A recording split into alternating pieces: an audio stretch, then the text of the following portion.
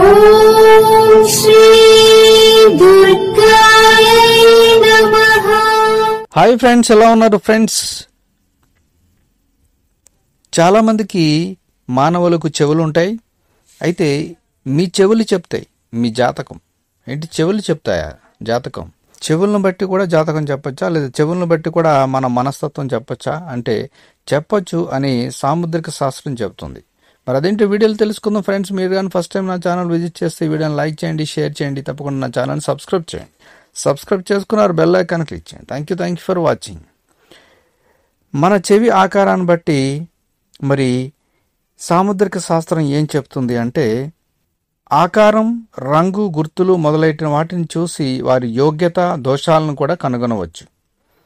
ఒక వ్యక్తి తన కళ్ళు, నుదురు, ముక్కు, దానిపై ఉన్న పుట్టుమచ్చను చూడటం ద్వారా ఎలా గుర్తించవచ్చో అదేవిధంగా చెవులు కూడా మనిషి పూర్తి గుర్తింపును తెలియజేస్తాయని చెబుతుంది సాముద్రిక శాస్త్రం.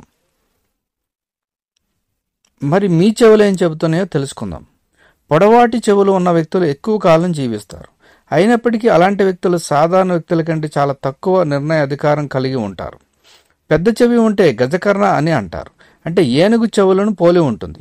పొడవైన చెవులు ఉన్న మహిళలు చాలా తెలివైనవారు. చాలా తెలివిగా నిర్ణయాలు తీసుకుంటారు. మందపాటి చెవులు ఉన్న వ్యక్తుల్లో నాయకత్వం పూర్తిగా నిండి ఉంటుంది.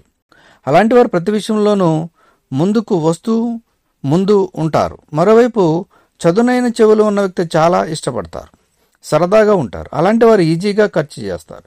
చెవుల దగ్గర వెంట్రుకలు ఉన్నవారు చాలా అదృష్టవంతులు.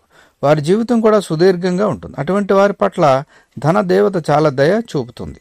ఇక చెవి మధ్యలో పుట్టుమచ్చ ఉన్నవారు చాలా నిజాయితీ పరులు. స్నేహాన్ని బాగా కొనసాగిస్తారని నమ్ముతారు. అదే సమయంలో చెవి వెనుక పుట్టుమచ్చ ఉన్నవారు కొంచెం ఊహాత్మకంగా ఉంటారు. అలాంటి వ్యక్తులు తరచుగా కలల ప్రపంచంలో ఉంటారు. అయితే ఒక్కసారి నిర్ణయించుకుంటే చేసేదాకా వదలని గుణం కూడా వీరిలో ఉంటుంది. చెవి కింది భాగంలో పుట్టుమచ్చ ఉంటే స్వతహాగా చాలా ఎమోషనల్గా ఉంటారు. అలాంటి వారు చిన్న చిన్న విషయాలను మనసులో పెట్టుకుంటారు.